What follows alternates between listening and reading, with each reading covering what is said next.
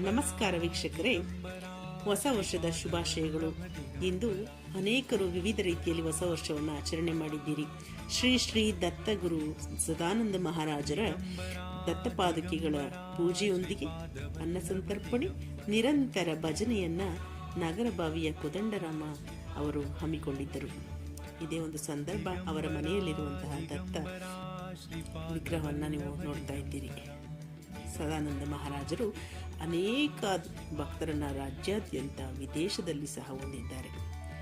ಇಂತಹ ಅವಧೂತರ ಪರಂಪರೆ ಏನಿದೆ ನಮಗೆ, ನಮ್ಮ ಮನುಕುಲಕ್ಕೆ ಬೆಳಕಾಗಿ ಇಂದಿಗೂ ಎಂದೆಂದಿಗೂ ಕಾಯ್ತಾ ಇದೆ. ಹರ ಮುನಿದರು ಗುರು ಕಾಯುವನು ಅಂತ ಹೇಳಿ ಒಂದು ಮಾತಿದೆ. ಹೊಸ ವರ್ಷದ ಹೊಸ್ತಿಲಲ್ಲಿ ಅವಧೂತ ಮಹಾರಾಜರ ನೆನೆಯುತ್ತಾ ಅವರ ಪಾದ ಪದ್ಮವನ್ನ ಕಣ್ಣಲ್ಲಿ ಒತ್ತಿಕೊಂಡು ಅವರ ಒಂದು ಸ್ಮರಣೆಯನ್ನ ಮಾಡ್ತಾ ನೂತನ ಹೊಸ ವರ್ಷವನ್ನು ಸ್ವಾಗತಿಸುವುದು ಬಹಳ ಸುಂದರವಾದಂತಹ ಅನುಭವವಾಗಿತ್ತು.